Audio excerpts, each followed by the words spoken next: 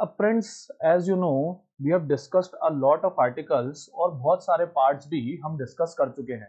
पर आज का जो सेशन है ये काफ़ी इम्पोर्टेंट होने वाला है, क्योंकि फ्रेंड्स मैं अगर आज के सेशन की बात करूं तो कहने को तो हम बस पढ़ेंगे इलेक्शन कमीशन, जो कि पार्ट 15 में है, आर्टिकल 324 से 329 में। But I have a question कि मैं अगर कह रहा हूं कि आज का सेशन बहुत इंपॉर्टेंट होने वाला है तो ऐसा क्यों? अब फ्रेंड्स, वी ऑल नो कि हमारे इंडिया में क्या है, मशीनरी है प्रॉपर, जिसके अकॉर्डिंग क्या होती है, डेमोक्रेसी रन होती है।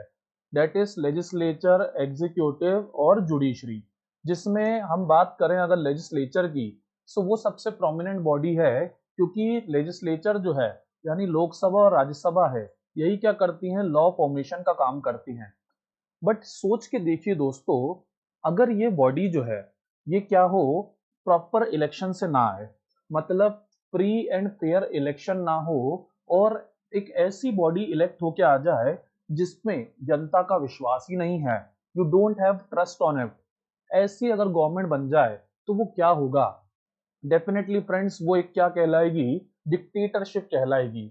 और मुझे एक और बात बताइए, if you have the power, would you be willing to leave the power? अगर आपके पास पावर है तो क्या आप उसको कभी छोड़ना चाहेंगे? Definitely not. बट स्टिल हम देखते हैं कि 2014 में कांग्रेस पार्टी, जिसने 70 साल भारत पे रूल करा, वो पार्टी क्या हो गई, चुनाव हार गई। इसका मतलब फ्री एंड फेयर इलेक्शन होते हैं, जनता जिसको बहुमत देना चाहती है उसको देती है। और मध्य प्रदेश में we have seen in the recent year कि बीजेपी पार्टी भी कांग्रेस से वापस क्या हो गई, चुनाव हार गई। सो पीपल जहां जाएंगे, वोट जहां जाएगा, वही रूलिंग भी वहीं जाएगी। So that is the beauty of democracy, the rule is always of the people, by the people, for the people. But as I told you, इसे इंश्योर कौन करेगा? सो इसे इंश्योर करने के लिए, as we have been talking in the previous lectures, इसके लिए 4 बुलवर्क्स बनाए जाते हैं जो कॉन्स्टिट्यूशन का कंप्लीट प्रोटेक्शन जो है इंश्योर करते हैं। जैसे एक होता है, हमने देखा यूपीएससी, जो क्या करता है, ऐसे गवर्नमेंट ऑफिसर्स रिक्रूट करता है जो क्या करें, जो न्यूट्रल, पॉलिटी से न्यूट्रल होकर काम करें।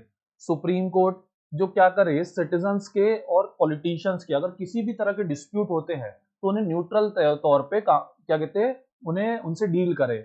और थर्ड हमने देखा है फ्रेंड्स, सीएजी, जितने भी एक्सपेंसेस हो रहे हैं वो सारे एक्सपेंसेस जो हैं वैलिड नेचर के हैं कि नहीं है, ये चेक करने का, हमारे पब्लिक के पैसे का, हमारे टैक्स पेयर्स मनी का प्रोटेक्शन किसका काम है, सीएजी का है। But if you ask me, इन चारों में सबसे इंपॉर्टेंट होता है इलेक्शन कमीशन, क्योंकि यही इंश्योर करता है कि हमारे यहाँ के इलेक्शन कैसे हों, फेयर हों। आई गेस आप सबने ये वर्ड सुना होगा, आचार संहिता। इसको इंग्लिश में तो फ्रेंड्स कहते हैं कोड ऑफ कंडक्ट, लेकिन आचार संहिता आप बड़े फेमिलियर होंगे।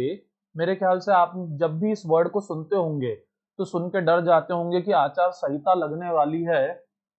अगर अगर पुलिस ने पकड़ लिया तो भले ही मिनिस्टर को फोन लगाओ या प्राइम मिनिस्टर को, भाई बेल नहीं मिलेगी। बड़े से बड़ा पॉलिटिशियन भी क्या होता है, लाचार होता है। सो ये आचार संहिता फ्रेंड्स एक्चुअली होता क्या है, तो ये भी हम आज के सेशन में समझने वाले हैं, क्योंकि इलेक्शन कमीशन ही क्या करता है, आचार संहिता लगाने का काम करता है। So I guess we shall start now. That is part 15, Article 324 to 329, Election Commission. अब फ्रेंड्स, इलेक्शन कमीशन का काम क्या होता है? मैं अगर सीधे सीधे कहूं तो there are many functions which are being perform by election commission. But as per me, दो काम मेन कहे जा सकते हैं। पहला होता है फ्रेंड्स इलेक्टोरल रूल्स बनाना, और दूसरा होता है इलेक्शन कंडक्ट कराना। इलेक्टोरल रूल्स मतलब, friends, tell me, do you have a voter ID? I guess definitely you all have a voter ID, जो कि कुछ ऐसा नजर आता होगा। क्या आप लोगों का वही वोट सूची में, क्या इलेक्टोरल रोल में नाम है? भाई डेफिनेटली आप कहेंगे बिल्कुल सर, हमारा नामांकन सूची, वोटर लिस्ट जो है उसमें क्या है, नाम है। तो ये वोटर लिस्ट जिसमें आपका नाम रहता है और ये जो वोटर आईडी रहता है, ये एक्चुअली बनाता कौन है दोस्तों? इलेक्शन कमीशन ऑफ इंडिया ही इसको बनाने का काम करता है। देखिए, आपके वोटर आईडी पे साफ लिखा रहता है, भारत निर्वाचन आयोग, इलेक्शन कमीशन ऑफ इंडिया। मतदाता फोटो पहचान पत्र, इलेक्टर फोटो आइडेंटिटी कार्ड। ठीक है दोस्तों, अब एक बात समझिए, इसीलिए हम कहते हैं आर्टिकल 324 में कि superintendence, direction and control. Superintendence मतलब देखरेख करना, डायरेक्शन मतलब दिशा निर्देश देना, कंट्रोल नियंत्रण करना। मतलब कि इलेक्शन से रिलेटेड कोई भी काम हो, ये तीन वर्ड्स फ्रेंड्स बहुत इंपॉर्टेंट है, कॉन्स्टिट्यूशनल वर्ड्स हैं। अगर आपसे कोई भी पूछे इलेक्शन कमीशन क्या होता है, तो इन तीन वर्ड्स को आपको मेंशन करना ही है। Of what? Of electoral rolls and elections to the parliament, legislature, president, vice president. Now you must be thinking, sir, parliament, legislature? So friends, try to remember, part 6 में हमने पढ़ा था कि लेजिस्लेचर किसको बोलते हैं, स्टेट्स को बोलते हैं। इन हिंदी वी कॉल इट विधान मंडल। ओके, तो लेजिस्लेचर जो है, लेजिस्लेटिव असेंबली जो है, उसी को लेजिस्लेचर कह रहे हैं हम। ठीक है, अब इसके बाद विधान मंडल, लेजिस्लेचर विधान मंडल है और लेजिस्लेटिव असेंबली विधान सभा है। ठीक है, तो as you have studied in the previous session, parliament, legislature, vice president, president, इन सबके इलेक्शंस कौन करवाता है दोस्तों? जो इलेक्शन कमीशन है वो ही करवाता है। सो पहले वोट डालने वालों की लिस्ट बनती है, वोटर लिस्ट बनती है, इलेक्टोरल रोल बनता है जिसमें आई गेस आप सबका नाम होगा। एंड सेकेंड, इलेक्शंस कंडक्ट कराए जाते हैं, और इसमें किस किस के इलेक्शन कराता है तो हम अच्छे से जानते हैं, पार्लियामेंट, प्रेसिडेंट और vice president, as we have discussed in the previous session. But let me tell you, बहुत इंपॉर्टेंट ये है कि as I have told you in the previous lecture, ये किसके इलेक्शन नहीं कराता है? तो दोस्तों ये पंचायत और म्युनिसिपैलिटी के इलेक्शन कंडक्ट नहीं कराता है। ये चीज आपको बहुत अच्छे से डिटेल में पता होनी चाहिए दोस्तों। ठीक है, ये बहुत इंपॉर्टेंट है। क्यों नहीं कराता है? क्योंकि उसके लिए एक अलग बॉडी होती है, स्टेट इलेक्शन कमिश्नर, जो हमने पंचायत और म्युनिसिपैलिटी पढ़ते वक्त समझा था कि ये बॉडी जो है, ये बॉडी जो है, इसकी क्या होती है, स्टेट इलेक्शन कमीशन जो है किसके द्वारा अपॉइंट होती है? गवर्नर के द्वारा अपॉइंट होती है, स्टेट के अंडर में आती है। As I have told you, panchayat and municipality are what? They are the child of the state. I guess clear with you now. अब इसके बाद जो है फ्रेंड्स, अब आज का जो सेशन है इसमें हम क्या क्या पढ़ेंगे, ट्राई टू अंडरस्टैंड। हम आज के सेशन में पढ़ेंगे जैसा हम पिछले सेशंस में पढ़ते आए हैं, फॉर्मेशन कब हुआ, कंपोजिशन क्या है, मतलब स्ट्रक्चर क्या है, टेन्योर क्या है, वैकेंसी क्या है, और इसकी पावर्स और फंक्शन क्या है। बट जो स्टूडेंट्स हमारे लेक्चर रेगुलर देख रहे हैं, they must be thinking, sir यहाँ पर मुझे कहीं भी दिख नहीं रहा, वो क्या बोलते हैं, आर्टिकल्स नहीं दिख रहे। So friends, I have not mentioned the articles because election commission का जो पोस्ट होता है कमिश्नर का, वो एक सुप्रीम कोर्ट के जज के बराबर होता है। And if you remember, supreme court के जज से रिलेटेड सारे इंपॉर्टेंट आर्टिकल्स कहाँ दिए हैं? 124 में दिए हैं। And if you remember, UPSC से रिलेटेड, यूपीएससी तो नहीं कहूंगा, सीएजी से रिलेटेड सारी इंपॉर्टेंट बातें कहाँ दी गई है? 148 में दी गई है। सो उसी तरह से इलेक्शन कमीशन की भी जितनी भी इंपॉर्टेंट बातें हैं वो मैक्सिमम कहाँ दी गई है? 324 में ही दी गई है। तो ये तीन तो क्या है, सिंगल सिंगल आर्टिकल्स में इनके मैक्सिमम पॉइंट दिए गए हैं, इसलिए इनके आर्टिकल से क्वेश्चन ज्यादा फ्रीक्वेंटली नहीं पूछे जाते हैं। Now see this slide which I have shown in front of you. अब फ्रेंड्स, इसमें देखिए कई सारे मेजर अमेंडमेंट्स हैं जो कॉन्स्टिट्यूशन में दिए हुए हैं। अब इनमें से आई गेस आप लोगों को जो सबसे ज्यादा क्लियर होगा वो होगा right to education. But let me tell you, आज हम मेरे अकॉर्डिंग उससे भी इंपॉर्टेंट अमेंडमेंट को डिस्कस करने वाले हैं, that is right to vote. मुझे बताइए फ्रेंड्स, क्या आप सबको वोट डालने का राइट है? डेफिनेटली हमारे यहाँ यूनिवर्सल एडल्ट फ्रेंचाइज फॉलो होता है, यानी कि अगर आप 18 ईयर्स से अबव एज के हो, सो इट डजंट मैटर आप किस religion, caste, creed, sex, culture के हो, आपके पास वोट डालने का क्या होगा? राइट होगा। ठीक है फ्रेंड्स, तो यही क्या होता है, यूनिवर्सल एडल्ट फ्रेंचाइज होता है, जो कि क्या है, बहुत ज्यादा इंपॉर्टेंट है, जो आप सबको पता होना ही चाहिए। But what if I tell you कि पहले ऐसा नहीं था फ्रेंड्स। पहले जो है डेमोक्रेसी को इंश्योर करने के लिए 18 ईयर्स के नहीं, 21 ईयर्स से बड़ा कोई भी एडल्ट जो है वोट डाल सकता था। इसको चेंज करके 18 करा गया है। सो क्या आप हैरान रह जाएंगे? डेफिनेटली फ्रेंड्स, आज आप हैरान रह जाएंगे। तो समझेगा, मैं आपसे समझाने से पहले क्वेश्चन करता हूं। लेकिन टेल मी, इंडिया के यंगेस्ट प्राइम मिनिस्टर कौन है अभी तक की हिस्ट्री में? Definitely you all will say, sir India के youngest prime minister is charismatic Rajiv Gandhi. So friends, Rajiv Gandhi जो है, उनके टाइम पीरियड में उन्हें एक बात कही गई थी कि सर आप यंगस्टर्स के बड़े फेवरेट हैं, तो आप, क्योंकि यंगस्टर्स में इस बात का बहुत एंथुसियाज्म है कि इतना यंग पर्सन इंडिया का प्राइम मिनिस्टर बना है, तो अगर यंगस्टर्स ज्यादा से ज्यादा वोट डाल पाएंगे तो आपको बेनिफिट होगा। सो इसी के अकॉर्डिंग जो इलेक्शन कमीशन है, उसका काम क्या कर दिया गया, बढ़ा दिया गया। मतलब कि समझेगा, 21 ईयर से वोटिंग एज क्या कर दी गई, घटा के 18 ईयर्स कर दी गई। अब जब इंडिया आजाद हुआ था और जब इलेक्शन कमीशन बना था फ्रेंड्स, तो इंडिया की पॉपुलेशन नियर अबाउट 40 करोड़ थी। 25 जनवरी 1950 को जब इलेक्शन कमीशन बना था, तो उस समय इंडिया की जो पॉपुलेशन थी नियर अबाउट 40 करोड़ थी। पर as I am telling you, 1989 में क्या करा गया, एज जो है घटा दी गई। अब टेल मी, 3 साल की एज में कितने बच्चे आ जाएंगे? डेफिनेटली फ्रेंड्स, बहुत बड़ा पॉपुलेशन आ जाएगा, करोड़ ऑफ पीपल के आ जाएंगे। प्रेजेंट में तो हम जानते ही हैं, हमारी पॉपुलेशन जो है एज पर 2011 सेंसस 121 करोड़ है। तो 1989 में ये पॉपुलेशन पहले ही काफी बढ़ चुकी थी, और उसके ऊपर से क्या हुआ, ये 21 से 18 के कारण करोड़ ऑफ वोटर्स की एकदम से क्या हो गई, एंट्री हो गई। सो टेल मी, क्या ऐसे में इलेक्शन कमीशन पे बर्डन बढ़ेगा? डेफिनेटली बढ़ेगा। सो यहीं से आपको कंपोजिशन समझ में आएगा फ्रेंड्स, कि सबसे पहले इलेक्शन कमीशन में क्या होता था, सिर्फ एक इलेक्शन कमिश्नर होता था जो कि होल एंड सोल सारे डिसीजन लेता था। ये देखिए, हाई कीजिए हमारे प्रेजेंट इलेक्शन कमिश्नर को, सुनील अरोरा जी आपके सामने बैठे हैं। अब इसके अलावा, लेकिन अगर हम प्रेजेंट स्ट्रक्चर की बात करें, सो ऐसा नहीं है। प्रेजेंट में क्या करा गया फ्रेंड्स, 1989 के बाद 2 इलेक्शन कमिश्नर्स और बना दिए गए हैं, और प्रेजेंट में ये एक मल्टी मेंबर बॉडी हो गई है, जिसमें 3 इलेक्शन कमिश्नर हैं।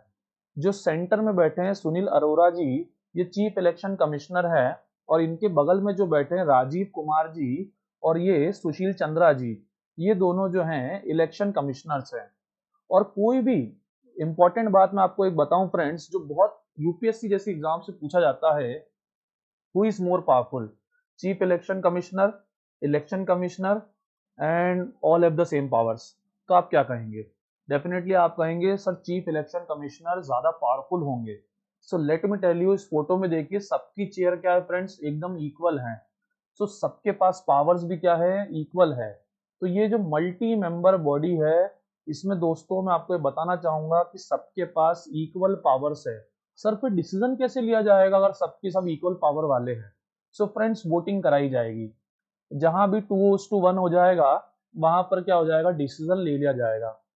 मतलब चीफ इलेक्शन कमिश्नर मेन नहीं है भाई, तीनों जो मिलकर डिसीजन लेंगे वो क्या है, ज्यादा इंपॉर्टेंट है। ओके सर, हमें ये काफी हद तक क्या हो गया, क्लियर हो गया। पर सर इनकी सैलरीज वगैरह, तो इसमें फ्रेंड समझिए, I guess you all have studied supreme court जज इन वेरी मच डिटेल। तो सुप्रीम कोर्ट जज हो, इलेक्शन कमिश्नर हो, यूपीएससी चेयरमैन हो, इन सबका फॉर्मेट क्या है, लगभग लगभग सेम है। I guess you all must remember, हमने सीएजी पढ़ते वक्त भी क्या करा था, सुप्रीम कोर्ट से सिमिलर बोला था। तो सुप्रीम कोर्ट में जो सारे प्रिंसिपल्स आप डिटेल में पढ़ते हैं, और सीएजी में भी जो मैंने आपको डिटेल में एक्सप्लेन करे हैं, वो एज इट इज आप इलेक्शन कमिश्नर और यूपीएससी में भी क्या कर सकते हैं, फॉरवर्ड कर सकते हैं। वो चीजें मैंने यहाँ मेंशन नहीं करी है, बट आप अगर बुक्स में देखेंगे तो आपको इसके बारे में ज्यादा डिटेल इंफॉर्मेशन जो है मिल जाएगी। सो इस तरह से आपको फॉर्मेशन भी क्या हो गया फ्रेंड्स, क्लियर हो गया। Now still you must be thinking, sir ये जो स्लाइड आपने डाली है इसके बाकी के अमेंडमेंट्स तो क्लियर कर दीजिए। So friends, let me tell you कि बहुत सारे अमेंडमेंट्स पे हमें डिस्कशन करना है। सो कॉन्स्टिट्यूशन में अगर मैं बात करूं, सो हमारे 37 लेक्चर्स हो चुके हैं, और आज 38th लेक्चर लग रहा है, और नियर अबाउट 55 लेक्चर्स में हम अपना पूरा कॉन्स्टिट्यूशन जो है फिनिश कर देंगे। So we are moving towards the end. तो जब हमारे एंडिंग सेशंस आएंगे तो उसमें मैं आपको अमेंडमेंट्स जो है अच्छे से क्लियर आउट करूंगा। अभी के लिए दोस्तों हम आगे बढ़ते हैं, और जितने अमेंडमेंट्स उस स्लाइड में है उससे भी ज्यादा अमेंडमेंट्स जो है तब हम डिस्कस करेंगे। Now the next thing is tenure. What do you think इनका टेन्योर क्या होगा? सो फ्रेंड्स, आई गेस मुझे ज्यादा एक्सप्लेन करने की जरूरत नहीं है, क्योंकि सीएजी में मैंने आपको सिखाया था 6 years और 65 years दोनों में से जो पहले हो जाए। इसके अलावा मैंने आपको यूपीएससी में भी यही रिपीट किया, 6 years और 65 years ऑफ एज दोनों में से जो पहले हो जाए। और सुप्रीम कोर्ट में हमने देखा था वो इकलौता डिफरेंट है जिसका कोई फिक्स टेन्योर नहीं है, सिर्फ 65 years ऑफ एज जो है तब तक के आने की बात की गई है। पर यहाँ पर थोड़ा सा काम क्या है फ्रेंड्स, डिफरेंट है। इलेक्शन कमिश्नर की जब हम बात करते हैं तो वहां पर क्या होता है, वहां पर जो है सुप्रीम कोर्ट वाला नहीं, ये यूपीएससी और सीएजी वाला प्रिंसिपल फॉलो होता है, 6 years और 65 years of age. But sir ऐसा क्यों करा जाता है? सो फ्रेंड्स, आई गेस मैंने आपको पहले क्लियर कर दिया, ये सब बुलवार्क्स ऑफ कॉन्स्टिट्यूशन है। ये कॉन्स्टिट्यूशन प्रोटेक्ट करने का काम करते हैं। And as I told you, election commission तो मेरा हॉट फेवरेट है। मेरे लिए सबसे ज्यादा इंपॉर्टेंट यही है, क्योंकि अगर ये नहीं होगा तो डिक्टेटरशिप वाली गवर्नमेंट जो है वो फॉर्म हो जाएगी। सो और इसके अगर हम अपॉइंटमेंट की बात करें, so friends, he is appointed by president only. अब मुझे बताइए, प्रेसिडेंट अपॉइंट कर रहा है तो इसका मतलब पावर किसके हाथ में होगी? डेफिनेटली फ्रेंड्स, जो सेंट्रल गवर्नमेंट है वही क्या करती है, इलेक्शन कमीशन को, कमिश्नर को अपॉइंट करती है। सो इनको ये सिक्योरिटी ऑफ टेन्योर देना बहुत ज्यादा नेसेसरी है, क्योंकि अगर इनके पास सिक्योरिटी ऑफ टेन्योर नहीं होगी तो ये फ्री और फेयर इलेक्शन कंडक्ट नहीं करा पाएंगे। और अगर फ्री और फेयर इलेक्शन कंडक्ट नहीं होंगे तो डेमोक्रेसी सिवाय एक मिथ के कुछ भी नहीं रह जाएगा, बस एक धोखा बन जाएगा।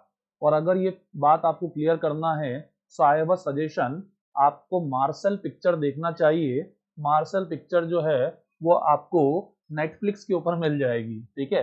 वहां पर कहते हैं इंग्लिश सबटाइटल्स में पिक्चर अवेलेबल है, और इलेक्शन कमीशन की पावर्स का आपको बहुत डेप्थ तक ये नॉलेज देगी, बहुत अच्छे से उसमें बताया गया है। चलिए दोस्तों, आगे करते हैं, बात करते हैं।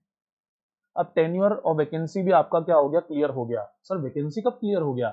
सो फ्रेंड्स, आई गेस मैंने आपको बता दिया है कि इनका रैंक जो है वो सुप्रीम कोर्ट जज जैसा होता है, तो डेफिनेटली इनका रिमूवल प्रोसेस भी क्या होगा, सुप्रीम कोर्ट के जज के जैसा ही होगा। सर सुप्रीम कोर्ट के जज का प्रोसेस हम भूल गए हैं, बहुत टाइम हो गया सर। आर्टिकल 124 बहुत समय हो चुका और अभी 324 चल रहा है। सो फ्रेंड्स, मैंने आपको तब बताया था कि टू थर्ड लोग जो है हाउस के, लोकसभा राज्यसभा दोनों के सेपरेटली क्या करेंगे, जब मेजोरिटी देंगे, और जब टू थर्ड लोग प्रेजेंट एंड वोटिंग की जब मेजोरिटी होगी, और ये भी जब एब्सोल्यूट मेजोरिटी से ज्यादा होगी, मतलब कि अगर मैं लोकसभा में बात करूं तो लोकसभा के प्रेजेंट एंड वोटिंग का टू थर्ड लोग होने चाहिए, जो कि एब्सोल्यूट मेजोरिटी, यानी कि कितनी, 272 एब्सोल्यूट मेजोरिटी लगती है किसी भी गवर्नमेंट को इलेक्ट होके आने में। जब इलेक्शंस चलते हैं, आपने अगर ध्यान दिया हो तो मीडिया बार बार कहती है जादुई आंकड़े से बस 4 कदम दूर, 272 का जादुई आंकड़ा बस सरकार छूने ही वाली है, या 272 का जादुई आंकड़ा बीजेपी छूने ही वाली है। 2019 में छुआ भी है, अब देखते हैं 2014 में छूते हैं कि नहीं छूते हैं। चलिए अभी हम अगले पेज को छूते हैं। अब फ्रेंड्स, आपके सामने एक स्लाइड है, इसमें देखिए नेशनल पार्टीज ऑफ इंडिया मैंने मेंशन करी है, और इसमें से दो चीजें अगर मैं पूछूं तो आप मुझे बता देंगे सर हम देखते ही पहचान गए थे, वो तो पहला बीजेपी का कमल और दूसरा कांग्रेस का हाथ। तो फ्रेंड्स ये क्या है? डेफिनेटली आप सब कहेंगे सर ये सिंबल्स हैं, बीजेपी और कांग्रेस के हाथ और ये कमल सिंबल्स हैं। कोई भी पार्टी इंडिया में चाहे कोई सी भी पार्टी हो, वो अपना सिंबल हाथ को नहीं बना सकती और कमल को नहीं बना सकती। सो फ्रेंड्स, ये असल में ऐसा इसलिए है क्योंकि ये क्या है, नेशनल पार्टीज हैं। And let me tell you, India में प्रेजेंटली कितनी नेशनल पार्टीज है? सो इंडिया में अभी 8 नेशनल पार्टीज हैं, ठीक है। तो ये जो 8 नेशनल पार्टीज है, इन्हें नेशनल पार्टी कौन बनाता है? और उससे भी इम्पोर्टेंट सवाल, सर नेशनल पार्टी बनने के फायदे ही क्या हैं और ये हम क्यों समझे? So friends let me tell you, national party बनने के बहुत फायदे हैं। इसका इम्पोर्टेंस आप ऐसे समझिए, अगर वर्ल्ड कप हो रहा है तो मुझे बताइए, क्रिकेट का वर्ल्ड कप हो रहा है और फुटबॉल का वर्ल्ड कप हो रहा है, इंडिया के इसके लिए क्या मायने हैं? डेफिनेटली इंडिया के लिए इसके ये मायने हैं कि अगर क्रिकेट का वर्ल्ड कप होगा तो इंडिया डायरेक्ट एंट्री मारेगा, और अगर फुटबॉल का वर्ल्ड कप होगा तो इंडिया जो है वो क्वालिफाइंग सेशन में स्ट्रगल करेगा। सो क्रिकेट वर्ल्ड कप में इंडिया क्या है, एक रिकॉग्नाइज पोजीशन पर है, जिसमें वर्ल्ड कप के स्टार्ट होते ही उसको न्योता मिल जाता है। इसके अलावा भी बहुत सारे होते हैं उनके पास बेनिफिट्स। फॉर एग्जांपल क्या कहते हैं, पेयरिंग की जाती है, ग्रुपिंग की जाती है, सो इंडिया को एक स्ट्रॉन्ग टीम मानकर उसके अलावा एक आधी स्ट्रॉन्ग टीम और रखी जाती है बस ग्रुप में। और पेयरिंग भी ऐसी की जाती है कि अगर इंडिया अपने सारे मैच जीतता जाए तो जो दूसरी मजबूत टीम है उसके साथ उसकी मुलाकात सीधा सेमीफाइनल और फाइनल में हो। तो ये क्रिकेट में क्या होती है, इंडिया की पावर रहती है। उसी तरह से दोस्तों हमारे यहाँ जब इलेक्शन होते हैं तो आपने अगर ध्यान दिया हो तो ऑल इंडिया रेडियो पर पार्टीज का क्या चलता है, पूरा प्रचार प्रसार जो है चलता है। इसके अलावा जो उनका ये जो रिकॉग्नाइज्ड मोनो होता है, ये पूरे इंडिया में अगर कोई भी कैंडिडेट कांग्रेस या बीजेपी से खड़ा होता है तो वो उनका ये मोनो जो है इस्तेमाल कर पाता है। और मार्शल पिक्चर भी आप अगर देखेंगे तो उसमें भी बताया गया है कि भैया जब कोई वोट डालने जाता है, सो वोट डालने जाने के टाइम वहां पर सिर्फ क्या होते हैं, मोनो मेंशन होते हैं। कैंडिडेट प्रत्याशी जो रहते हैं उनके नाम से वोट नहीं दिए जाते हैं, जो पार्टी का वो मोनो होता है उससे वोट दिया जाता है। केजरीवाल जी का झाड़ू तो आप जानते ही होंगे, काफी मशहूर हुआ था दिल्ली में कि चलो एटलीस्ट कोई तो है जो दिल्ली की सफाई की बात कर रहा है। तो अब इसके अलावा भी लेकिन नेशनलाइज पार्टीज हैं, जैसे सीपीआई और CPIM, communist party of India और communist party of India Marxism. इसके अलावा ये घड़ी जो है, अगर आप ध्यान से देखेंगे तो दोनों का मोनो सिमिलर है, कांग्रेस का और इनका, बस बीच में घड़ी आ गई हाथ की जगह। सो ये है NCP, national communist national communist party. नाम एक बार मैं क्रॉस चेक कर लूँ, मुझे डाउट हो रहा है कि मैं आपको गलत बोल रहा हूँ, बट मेरे ख्याल से सही है, नेशनल कांग्रेस पार्टी। ओके, एक बार क्रॉस चेक कर लीजिएगा। अब इसके बाद ये देखिए हाथी जी, ये हाथी जी बिल्कुल जो है ना बलशाली व्यक्ति का है, बहुजन समाज पार्टी, बीएसपी, बसपा भी जिसको कहा जाता है। उसके बाद ये कोमल सा कमल जो है, ये वेस्ट बंगाल की कोमल मुख्यमंत्री जी का है, जिनका नाम तो आप सब जानते होंगे। पार्टी में बता देता हूं, तृणमूल कांग्रेस, ठीक है। और ये लास्ट में फ्रेंड्स नेशनल पीपल्स पार्टी है, जो लेटेस्ट में ही नेशनल पार्टी बनी है। ये नेशनल पार्टी पहले नहीं थी, और मैं इसके बारे में आपको नहीं जानकारी होगी तो बता देता हूं। इसके हेड हैं पीए संगमा जी, जो पहले लोकसभा स्पीकर रह चुके हैं, और मेघालय में इनकी पार्टी जो है बहुत ज्यादा एक्टिव है, और अभी रिसेंट में नेशनल पार्टी बनी है। अब there should be a question in your mind कि सर ये सब बनाता कौन है नेशनल पार्टी वगैरह। So friends try to remember, हमने आर्टिकल 82 पढ़ा था, तो हमने पढ़ा था कि पूरे इंडिया को क्या करा जाता है, इलेक्टोरल कॉन्स्टिट्युएंसीज में बांटा जाता है। ये इलेक्टोरल कॉन्स्टिट्युएंसीज में कौन बांटता है? I guess you all know, तब हमने समझा था इलेक्शन कमीशन बांटता है। तो सबसे पहले भाई, जैसे मैंने आपको तब समझाया था, पॉपुलेशन कम है तो क्या होगा, एरिया बड़ा होगा। पॉपुलेशन ज्यादा है तो देखिए उत्तर प्रदेश बिहार में एरिया क्या होगा, छोटा छोटा होगा। कोशिश करी जाती है कि कॉन्स्टिट्युएंसी हर कॉन्स्टिट्युएंसी जहां से एक उम्मीदवार खड़ा हो रहा है वहां पर क्या हो, पॉपुलेशन इक्वल हो।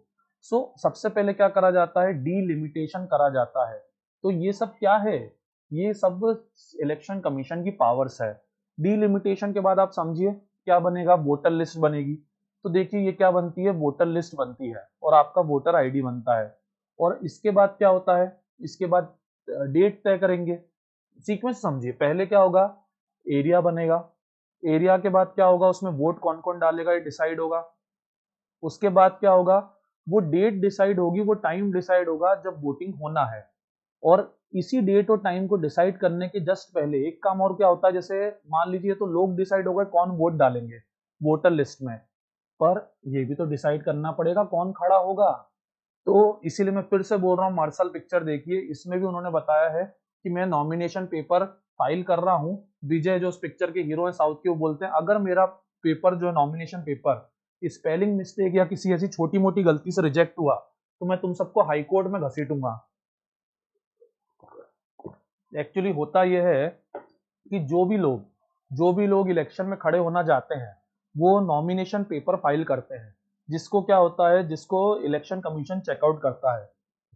और यहीं पे कई पार्टीज में कई लोग इलेक्शन खड़े नहीं हो पाते हैं, क्योंकि यहाँ पर आपको अपनी जो पूरी प्रॉपर्टी है उसका ब्यौरा देना पड़ता है, जिसमें इलेक्शन कमीशन ये जांच करती है कि मान लीजिए आप दूसरी बार लोकसभा चुनाव के लिए खड़े हो रहे हो, तो पिछले चुनाव की आपकी जो क्या कहते हैं संपत्ति है, जो आपके पास जितना मनी है और अभी जो आपके पास मनी है वो आपकी सैलरी के मुकाबले ज्यादा तो नहीं है, और अगर है तो वो आपसे क्वेश्चन करते हैं कि ऐसा क्यों है।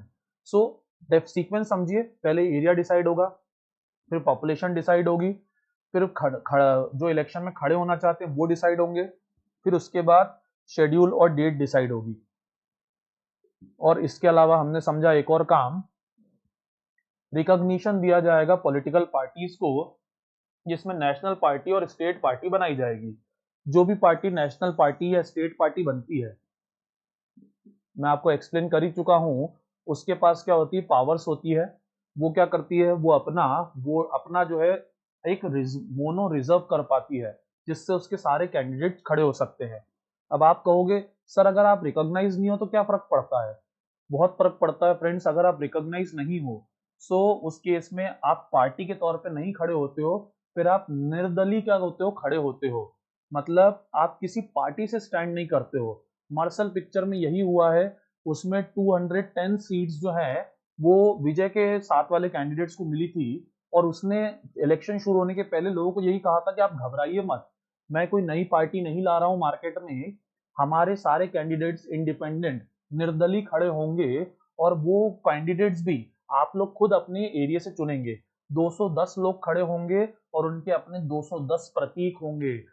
द पार्टी मतलब एक ऐसी पार्टी जो कोई पार्टी ही नहीं है, वो इलेक्शन जीते 210 निर्दलीय लोग जिनके 210 सिंबल्स थे अलग अलग। तो रिकॉग्नाइज पार्टी का मतलब होता है जिसका एक सिंबल रिजर्व हो, जो अपना प्रमोशन कर सके, और भी बहुत सारे बेनिफिट्स होते हैं जो हमारे लिए डिस्कस करना बहुत सेंस का नहीं होता है। सो ये रिकॉग्निशन देना, सिंबल्स देना, ये सब भी किसका काम है फ्रेंड्स? ये भी इलेक्शन कमीशन का ही काम है। अब इसके अलावा कोई भी अगर डिस्प्यूट्स हो जाते हैं इन इलेक्शन सिंबल्स को लेकर, तो डेफिनेटली उन डिस्प्यूट्स को भी कोर्ट की तरह कौन डील करता है? इलेक्शन कमीशन ही डील करता है। मतलब अगर आप क्या कहते हैं कोई क्या कहते हैं मोनोकॉपी कर रहे हो तो उस पर भी यही करते हैं। जैसे एनसीपी जो है, शरद पवार जी की जो पार्टी है, मान लो यहाँ घड़ी की जगह वो हाथ ही रख देती, तो अगर वो हाथ बस ऐसा करती कि ये हाथ सफेद है और वो ये हाथ काला रख देती, सो इस पर कांग्रेस डेफिनेटली सवाल उठाती ही कि लोग कंफ्यूज होंगे, क्योंकि लोग हाथ पहचानते हैं, हाथ का कलर नहीं पहचानते हैं। सो इस तब क्या होता, तब डिसीजन मेकिंग का काम कौन करता? इलेक्शन कमीशन ही करता। अब इसके अलावा फ्रेंड्स मुझे बताइए, क्या इंडिया लेवल के इलेक्शंस कोई अकेला कर सकता है? Definitely not. You will need a lot of officers for this. So इसके लिए क्या होता है, कई सारे ऑफिसर्स जो है अपॉइंट होते हैं। फॉर एग्जाम्पल जैसे स्टेट लेवल इलेक्शंस जो होते हैं, उनमें जो सारा काम देखते हैं वो होते हैं चीफ इलेक्टोरल ऑफिसर। मतलब स्टेट लेवल इलेक्शन से मेरा मतलब है फ्रेंड्स पंचायत और म्युनिसिपैलिटी। पंचायत और म्युनिसिपैलिटी में भी इलेक्शन कमीशन होता है, बट जो उनके इलेक्शन रिलेटेड वर्क देखता है वो एक चीफ इलेक्टोरल ऑफिसर होता है, जो कि नॉर्मली एक आईएएस रहता है। इसके अंडर में जो है डीईओ, डिस्ट्रिक्ट इलेक्शन कमीशन जो है ऑफिसर होता है। फिर इनके अंडर में इलेक्टोरल रजिस्ट्रेशन ऑफिसर होता है, और फिर इनके अंडर में सबसे कॉमन, सबसे नॉर्मल लेवल पे जो हम देखते हैं वो होता है बूथ लेवल ऑफिसर। अब फ्रेंड्स इलेक्शन कमीशन हमारे मेंस में भी है, तो यहाँ पर बहुत सारी डिटेल्स हैं, लाइक रिटर्निंग ऑफिसर वगैरह वगैरह। और इलेक्शन डिटेल में आखिर हम बात करें तो कैसे कंडक्ट होता है, कौन सा ऑफिसर कैसे क्या काम करता है, तो ये सारी बातें तो हम अपनी मेंस की क्लासेस में करेंगे। अभी के लिए आपके लिए इतना जानना ही सफिशिएंट है। अब फ्रेंड्स, तो ये सारे जो अपॉइंटमेंट्स होते हैं ये अपॉइंटमेंट्स कौन करता है? इलेक्शन कमीशन खुद करता है। जो 3 मेंबर बॉडी है वो खुद अपने लिए ऑफिसर्स क्या करती है? सिलेक्ट करती है। एंड अगर आपने ध्यान दिया हो तो अभी रिसेंट में ही कुछ समय में ही हमारे यहाँ इलेक्शंस हुए 2019 और 2018 में। तो आपने अगर ध्यान दिया हो तो जो गवर्नमेंट ऑफिसर्स रहते हैं, टीचर्स वगैरह सब, ये सब क्या हो जाते हैं? इलेक्शन कमीशन का हिस्सा बन जाते हैं, पुलिस वगैरह। और इन्हीं में से क्या होता है? इलेक्शन कमीशन अलग अलग लोगों को अलग अलग ऑफिसर्स अपॉइंट करती है।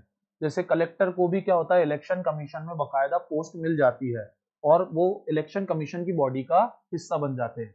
What I am trying to tell you कि इलेक्शन कमीशन जब चुनाव कराना है तो उसके पास आसमान से अधिकारी नहीं आ जाते हैं। जो प्रेजेंट मशीनरी जो पूरी मंत्रियों के अंडर में है, वो मशीनरी आचार संहिता के टाइम किसके अंडर में आ जाती है?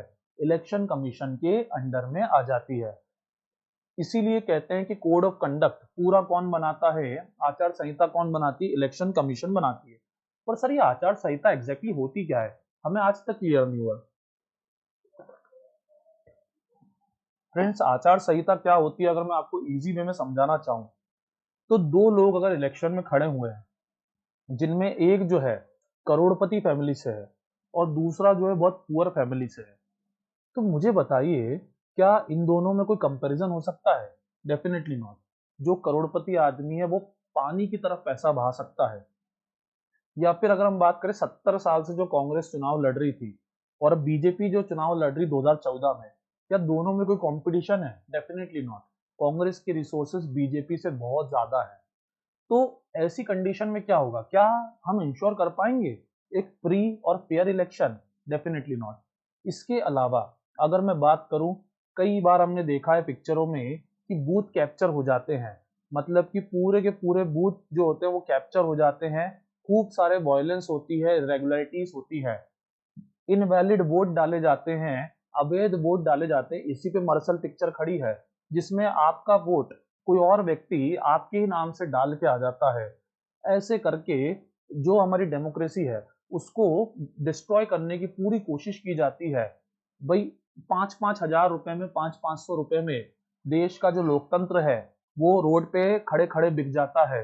और कहीं कहीं तो एक दारू की बोतल में देश का जो लोकतंत्र है वो जमीन पर लेटा नजर आता है। सो ऐसी बहुत सारी चीजें जो है हमारे यहाँ होती है जिन्हें रोकना बहुत ज्यादा क्या होता है? जरूरी होता है। सो इन्हीं को रोकने के लिए आचार संहिता, कोड ऑफ कंडक्ट लाया जाता है जिसमें इलेक्शन कमीशन जो है सीधा नेताओं पे धावा बोलती है और पूछती है कि आपने इतना खर्चा कैसे किया, जबकि आपको तो खर्चे की परमिशन 54 लाख की थी या 70 लाख की थी। तो इनके एक्सपेंसेस तक क्या होते हैं? फिक्स होते हैं कि आप स्टेट लेवल में इलेक्शन में, लोकसभा इलेक्शन में कितना पैसा खर्च कर सकते हो। और कोई भी इलीगल एक्टिविटी होती है तो इलेक्शन कमीशन के आदेश पर सीधा क्या होता है? आपको जेल डाल दिया जाता है। And let me tell you, अगर प्राइम मिनिस्टर भी गलत तरीके से इलेक्ट होकर आए हैं, ये प्रूव होता है, तो election commission has the power कि वो उन्हें उनके पोस्ट से हटा देती है। 1975 में जो राज बिहारी थे उन्होंने इंदिरा गांधी जी पे उनने इंदिरा गांधी जी पे इल्जाम लगाया था कि रायबरेली से जो इनका इलेक्शन हुआ है वो फेयर नहीं है। और ये बात कोर्ट में जब उठाई गई तो इसके कारण उनका प्राइम मिनिस्टर की उनकी कुर्सी जो है वो तक जो है दांव पे लग गई थी। So that much power election commission has. इसके बाद टीवी और रेडियो पर कितना टाइम मिलेगा ये भी यही डिसाइड करते हैं। एंड आई गेस आप सबने पढ़ा होगा आर्टिकल 103 और आर्टिकल 102 में कि जो एमपी और एमएलए के डिस्क्वालिफिकेशन रहते हैं उसमें भी इन्हीं से राय ली जाती है। इफ यू रिमेम्बर, मैंने केजरीवाल जी और उनके 20 विधायक, उनके 20 एमएलए को हटा दिया गया था, उसके बारे में आपको थोड़ा एक्सप्लेन करा था। बूथ कैप्चर वगैरह कुछ भी हो जाता है तो उस जगह को ही इनवैलिड कर देते हैं। मतलब 2019 का अगर आप इलेक्शन देखेंगे लोकसभा का, तो उसमें जो बैंगलोर है वहां पर कुछ इरेगुलरिटीज महसूस की गई थी। उसके अकॉर्डिंग जो है बैंगलोर जो है उसको इनवैलिड कर दिया गया था। 543 की जगह 542 सीट्स में से क्या हुआ था? हमारे यहाँ लोकसभा जो है बनी थी। बाद में फिर बैंगलोर पे इलेक्शन कराए गए।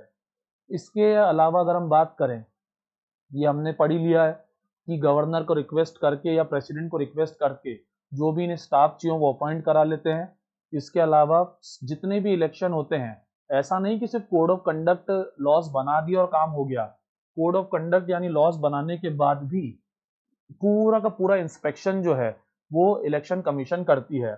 आई गेस आप सबने इलेक्शंस के दौरान नोटिस किया होगा कि कई सारी गाड़ियां जो है वो घूमती रहती है। किसी गाड़ी पे डीओ लिखा रहता है, किसी गाड़ी पे आरओ रिटर्निंग ऑफिसर लिखा होता है, किसी गाड़ी पे ईआरओ लिखा होता है, किसी गाड़ी पे election commission of India ECI लिखा होता है। सो ऐसी डिफरेंट डिफरेंट गाड़ियां पूरे इलेक्शन के दौरान इंस्पेक्शन करती रहती हैं कि कोड ऑफ कंडक्ट फॉलो हो रहा है कि नहीं, और अगर नहीं होता है तो गैर जमानती आपको जेल में डाल दिया जाता है। अब friends, these are the election commissioners of our India. इसमें से अगर मैं बात करूं तो सुकुमार सेन पहले थे और सुनील अरोड़ा जो है वो अभी प्रेजेंट इलेक्शन कमिश्नर हैं। पर इनके अलावा मैं आपको कहूंगा एक नाम और फेमस है, टीएन सेशन। ये बड़े फेमस इलेक्शन कमिश्नर है। कहा जाता है कि इंडिया का जो प्रेजेंट स्ट्रक्चर है उसको बनाने में इनका बहुत बड़ा हाथ है। इनके बारे में कहा जाता था इलेक्शन कमिश्नर जो नाश्ते में नेता खाते थे। ठीक है फ्रेंड्स, आज के लिए हमारे सेशन में इतना ही। तो अब हम पॉलिटी में काफी टॉपिक्स कवर कर चुके हैं और अब हम पॉलिटी के एंड की तरफ बढ़ रहे हैं। So friends, if you have any doubts please let me know in the comment section or on my personal number. So that's all for now. Tata, bye bye.